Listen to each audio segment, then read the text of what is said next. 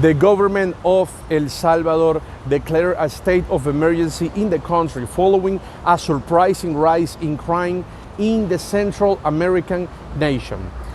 Since the beginning of this state of emergency, the authorities in El Salvador intensified operations against the different street gangs, including, of course, the MS-13 or the Mara Salvatrucha. These different operations against these criminal gangs included mass arrests, the cordoning off of neighborhoods, and even house by house arrests in different cities. We are essentially watching a pretty hard-line operation that we haven't seen in this country for a lot of years.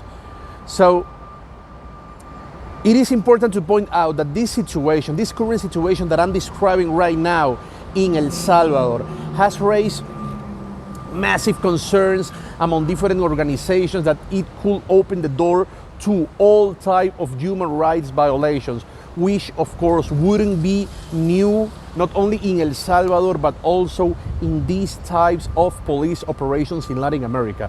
Unfortunately, Latin America, two of the main problems, two of the endemic problems that Latin America has been dealing with over the last few decades has been corruption and violence.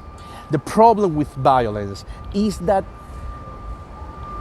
in many opportunities where the government decide to take a hard-line approach against crime and execute all type of operation against these negative phenomena, there are a lot of human rights abuses. This has been a pretty unfortunate reality that we have saw in many countries of this region, including, of course, El Salvador. So far from backing down, different reports say that President Nayib Bukele will basically ask the president of the Congress. We need to remember that the Congress is basically controlled by President Nayib Bukele because the vast majority of lawmakers are from his political party. He will ask the president of this Congress to convene lawmakers to give him more legal tools to take on gangs. So, getting to this point, Attorney General Rodolfo Delgado told Salvadorian State Television that over the last 2 days, 1,500 alleged gang members were captured without firing a single shot. Of course, you have to take this with a grain of salt.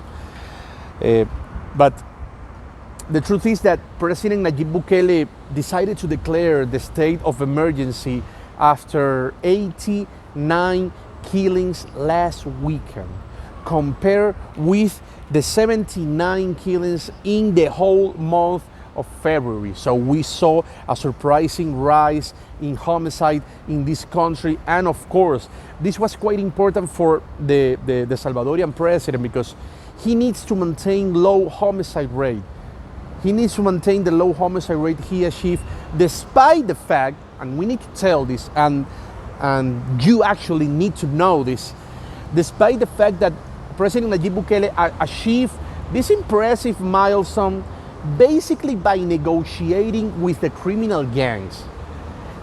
In many cases, there are actually a lot of reports that claim that he actually paid a lot of these gangs so they could calm themselves, that they could basically stop committing homicide or reducing the amount of homicides they regularly commit.